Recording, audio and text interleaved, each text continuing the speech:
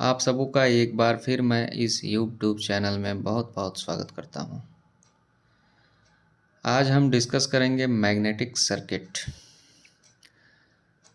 Magnetic circuit में कुछ terminologies हैं जिनके ऊपर कॉम्पिटिटिव एग्ज़ाम्स में अच्छे खासे क्वेश्चन पूछे जाते हैं, जैसे मैग्नेटोमोटिव फोर्स या MMF, flux, reluctance, magnetic field intensity, magnetic field density, परमियंस, permittivity और भी बहुत सारे क्वेश्चंस इस पे बनते हैं जिनको मैं आगे डिस्कस करूंगा। लेकिन इनको समझने से पहले हमें मैग्नेटिक सर्किट के बारे में जानना होगा। तो चलिए स्टार्ट करते हैं। आज का टॉपिक है मैग्नेटिक सर्किट। जैसा कि मैग्नेटिक सर्किट में सर्किट का जो जिक्र यहाँ आ रहा है, उसके नाम से ही स्पष्ट हो रहा है कि सर्किट मतलब कोई क्लोज्ड पाथ। सर्किट का मतलब हो गया क्लोज्ड पाथ। अब ये क्लोज्ड पाथ किस लिए चाहिए? मैग्नेटिक फ्लक्स को फ्लो कराने के लिए हमें क्लोज्ड पाथ चाहिए। मैग्नेटिक सर्किट यानी कि वो क्लोज्ड पाथ है जिससे कि मैग्नेटिक लाइंस ऑफ फ्लक्स उसमें से गुजर सके। यहाँ हमने एक क्या लिया है? कोर लिया है, आयरन कोर लिया है। इसके ऊपर n नंबर ऑफ टर्न्स वाला एक कॉइल है, ठीक है, जिससे करंट I फ्लो कर रहा है। तो इस करंट के फ्लो होने से इस मैग्नेटिक कोर में फ्लक्स प्रोड्यूस हो रहा है फाई। अब ये फाई क्या है? एक क्लोज्ड पाथ में फ्लो हो रहा है। ए वो क्लोज्ड पाथ क्या है? ए टू बी, बी टू सी और सी टू डी, फिर डी टू ए। यानी ये हमारा एक मैग्नेटिक सर्किट हो गया, क्योंकि इसमें एक क्लोज्ड पाथ बन रहा है। तो ये ढंग का मैग्नेटिक सर्किट हो गया। अब मैग्नेटिक सर्किट में ये करंट फ्लो कर रहा है नंबर ऑफ n टर्न के कॉइल से, जो कि एक कोर के ऊपर वाउंड किया हुआ है। तो ये करंट और ये नंबर ऑफ टर्न्स कॉइल का क्या प्रोड्यूस करेगा? एमएमएफ बनाएगा। उसी को हम क्या बोलते हैं? Magnetomotive force. ये मैग्नेटोमोटिव फोर्स को हम स्मॉल f से डिनोट करते हैं। तो F बराबर क्या होता है? Number of turns of coil into current, ठीक है। यही हो गया हमारा एमएमएफ। यानी एमएमएफ क्या है? Product of number of turns और करंट। इसका यूनिट क्या हो जाएगा? करंट का यूनिट एम्पियर होता है और नंबर ऑफ टर्न्स है तो एम्पियर टर्न्स इसका यूनिट हो जाएगा। अब ये इसका फंक्शन क्या है? एमएमएफ का फंक्शन क्या है? ये क्यों बनता है? इसमें इससे क्या मैग्नेटिक सर्किट में क्या ऐसा इसका इम्पोर्टेंस है? इसको हम लोग क्यों डिस्कस कर रहे हैं? तो मैग्नेटिक सर्किट के समतुल्य ही हमारा इलेक्ट्रिकल सर्किट होता है। इलेक्ट्रिकल सर्किट क्या है? एक इलेक्ट्रिकल कंपोनेंट से मिलके बना हुआ सर्किट है। जैसे रेजिस्टेंस हो गया, कैपेसिटेंस हो गया, इंडक्टेंस हुआ, ये सब क्या है? इलेक्ट्रिकल कंपोनेंट है। ये इलेक्ट्रिकल कंपोनेंट के में जब भी ईएमएफ बनेगा, या हम इस इलेक्ट्रिकल कंपोनेंट में जब भी कोई ईएमएफ बाहर से अप्लाई करें या किसी इलेक्ट्रिकल लोड के अक्रॉस कोई भी ईएमएफ बनेगा, तो वो क्या क्या करेगा? वो करंट को फ्लो कराएगा, ठीक है। उसी प्रकार मैग्नेटिक सर्किट में जब भी कोई एमएमएफ बनेगा, मैग्नेटोमोटिव फोर्स बनेगा। ईएमएफ हो गया इलेक्ट्रोमोटिव फोर्स इलेक्ट्रिकल सर्किट में, और मैग्नेटिक सर्किट में हो गया मैग्नेटोमोटिव फोर्स। तो जब भी कोई मैग्नेटिक सर्किट में n नंबर ऑफ टर्न के कॉइल से करंट फ्लो करेगा तो एमएमएफ बनेगा। वो एमएमएफ क्या करेगा कि इस मैग्नेटिक सर्किट में फ्लक्स फ्लो कराएगा। उसी तरह जैसे इलेक्ट्रिकल सर्किट में ईएमएफ करंट फ्लो कराता है, तो यानी इलेक्ट्रिकल सर्किट का करंट और मैग्नेटिक सर्किट का फ्लक्स एक दूसरे के एनालॉजी हुए। वैसे ही इलेक्ट्रिकल सर्किट का ईएमएफ और मैग्नेटिक सर्किट का एमएमएफ एक दूसरे के एनालॉजी हुए। ठीक है, इलेक्ट्रिकल सर्किट का करंट और मैग्नेटिक सर्किट का फ्लक्स एक दूसरे के एनालॉजी हुए। तो ये मैग्नेटोमोटिव फोर्स जो है, एमएमएफ जो है, it is totally responsible for the flow of flux in magnetic circuit. ठीक है, ये एमएफ नहीं होगा तो फ्लक्स नहीं फ्लो करेगा। जैसे ईएमएफ करंट को फ्लो कराता है, वैसे ही एमएफ जो है वो फ्लक्स को फ्लो कराएगा। अब फ्लक्स किस डायरेक्शन में फ्लो करेगा ये कैसे डिसाइड होगा? तो इसके लिए रूल होता है राइट हैंड ग्रिप रूल।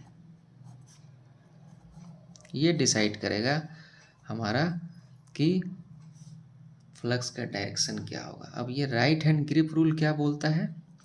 ये राइट हैंड ग्रिप रूल बोलता है कि अगर हम किसी मैग्नेटिक कोर को जो कि उस कंडक्टर को कैरी कर रहा है उसको हम राइट हैंड से इस तरह होल्ड करें कि टिप ऑफ फिंगर जो है वो करंट की डायरेक्शन को बताता है, तो जो थंब का डायरेक्शन होगा वो फ्लक्स को बताएगा। यानी कि सपोज करिए ये हमारा मैग्नेटिक कोर है, ठीक है, इसके ऊपर number of turns of coil हैं, नंबर ऑफ टर्न्स के इसमें कॉइल लपेटे हुए हैं। ये कॉइल का डायरेक्शन इस तरह से है, तो हमने इस तरह से पकड़ लिया।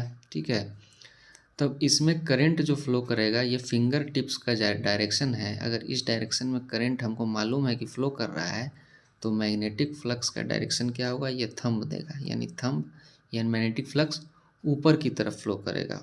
अब ऊपर की तरफ फ्लो करेगा लेकिन पाथ तो हम इधर दे रहे हैं, तो मैग्नेटिक फ्लक्स ऊपर फ्लो करके ये इधर मुड़ जाएगा, यानी अब क्लॉकवाइज फ्लो करने लगेगा ये मैग्नेटिक फ्लक्स। ठीक है, अगर करंट की डायरेक्शन यहाँ ये है तो आप देख सकते हैं राइट हैंड ग्रिप रूल से कि फ्लक्स जो है क्लॉकवाइज मूव करेगा। वही करंट की डायरेक्शन अगर उल्टी हो जाती तो फ्लक्स जो है ये पाथ को फॉलो करता। यानी इस डायरेक्शन के लिए करंट फ्लक्स का पाथ क्या होगा, A to B, B to C, C to D और D to A। ठीक है, तो राइट हैंड ग्रिप रूल क्या हो जाएगा कि इफ वी होल्ड और grip the core part that is carrying the coil of n number of turns, coil of n turns by right hand, then the fingertips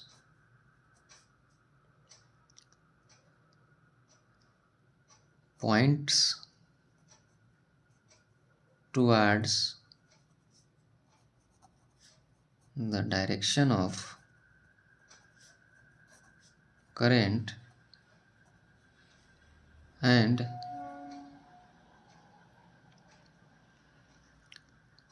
the thumb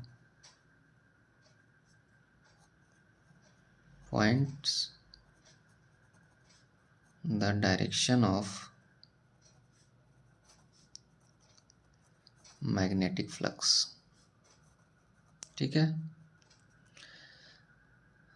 I hope आप लोग को right hand grip rule अच्छे से समझ में आ रहा है।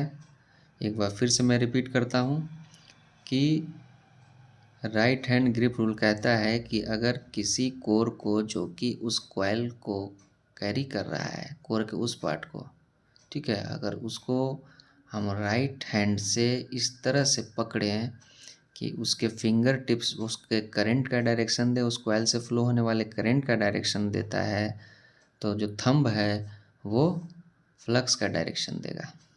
ठीक है। अब डायरेक्शन ऑफ फ्लक्स के बाद हमारा क्या आ जाता है, फ्लक्स डेंसिटी। फ्लक्स डेंसिटी, इसको हम बी से डिनोट करते हैं। फ्लक्स डेंसिटी बेसिकली क्या होता है, फ्लक्स पर यूनिट एरिया, यानी इसके यूनिट एरिया से हमारा कितना फ्लक्स फ्लो कर रहा है। सपोज इसके हम एलिमेंट्री सेक्शन लेते हैं जिसका एरिया ए है, ठीक है। तो इससे फ्लक्स अगर 5 फ्लो कर रहा है तो फ्लक्स डेंसिटी क्या होगा, बी इजकल टू 5/A, यानी फ्लक्स पर यूनिट एरिया। और इसकी यूनिट क्या होती है, फ्लक्स डेंसिटी की यूनिट क्या होती है, वेबर पर मीटर स्क्वायर। फ्लक्स की यूनिट वेबर और एरिया की यूनिट मीटर स्क्वायर, या इसको शॉर्ट में हम क्या बोलते हैं, टेस्ला बोलते हैं। ठीक है। तो आई होप ये मैग्नेटिक सर्किट का इंट्रोडक्शन पार्ट था जो आप लोग को अच्छे से समझ में आया होगा।